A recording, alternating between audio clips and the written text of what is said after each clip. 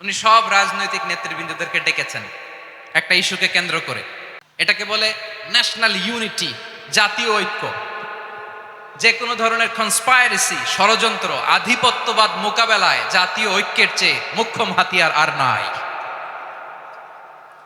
আমাদের একটা প্রতিবেশী দেশ আছে, আমরা আমাদের দেশ নিয়ে যত ভাবি তারা তার চেয়ে বেশি ভাবে। কথা বুঝতেছেন না? আরো ভেঙে বলতে হবে।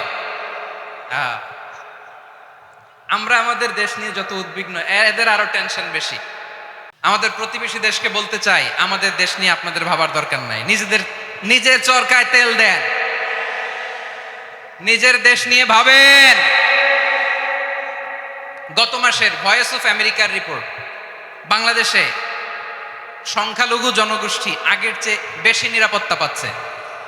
Report voice of America, Muslim report নাকি মুসলিম জরিপ, ভয়েস অফ আমেরিকা। কথা বুঝে নাই বোধহয়। ভয়েস অফ আমেরিকা কি আমাদের রিপোর্ট না? ভয়েস অফ আমেরিকার জরিপ, বাংলাদেশের সংখ্যালঘু জনগোষ্ঠী আগের চেয়ে ভালো নিরাপত্তা পাচ্ছে। শুধু এখানেই শেষ না, মাইক্রোসফটের একটা জরিপ শোনাই আপনাদেরকে। তারা সারা পৃথিবীতে গুজব, ভুয়া আর মিথ্যা নিউজ ছড়ানোতে কোন দেশ সেরা একটা রিপোর্ট করেছে। এর মধ্যে 1 নম্বরে এসেছে ভারতের নাম। মাইক্রোসফট তো মুসলমানরা চালায় না? কথা বোঝে নাই বোধহয়। প্রতিবেশী দেশকে বলবো, আপনারা নিজের চরকায় তেল দেন, আপনারাও শান্তিতে থাকেন, আমাদেরকেও শান্তিতে থাকতে দেন। সব চেঞ্জ করা যায়, প্রতিবেশী চেঞ্জ করা যায় না। আমাদের ল্যান্ড তাদের ল্যান্ড, পাশাপাশি। আমরা চাই তারাও সুখে থাক, আমরাও সুখে থাকি, ঠিক কিনা? কিন্তু প্রতিবেশী হলে বন্ধুত্বপূর্ণ আচরণ করতে হয়। প্রতিবেশী যদি বন্ধু না হয়ে প্রভু হতে চায়, এরকম দানব প্রতিবেশী কেউ চায় না।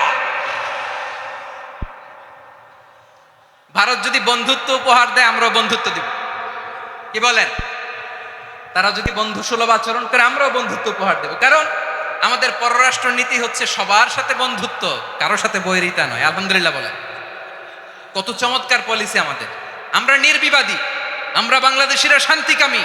We are proud of that. এজন্য আমরা গর্ববোধ করি।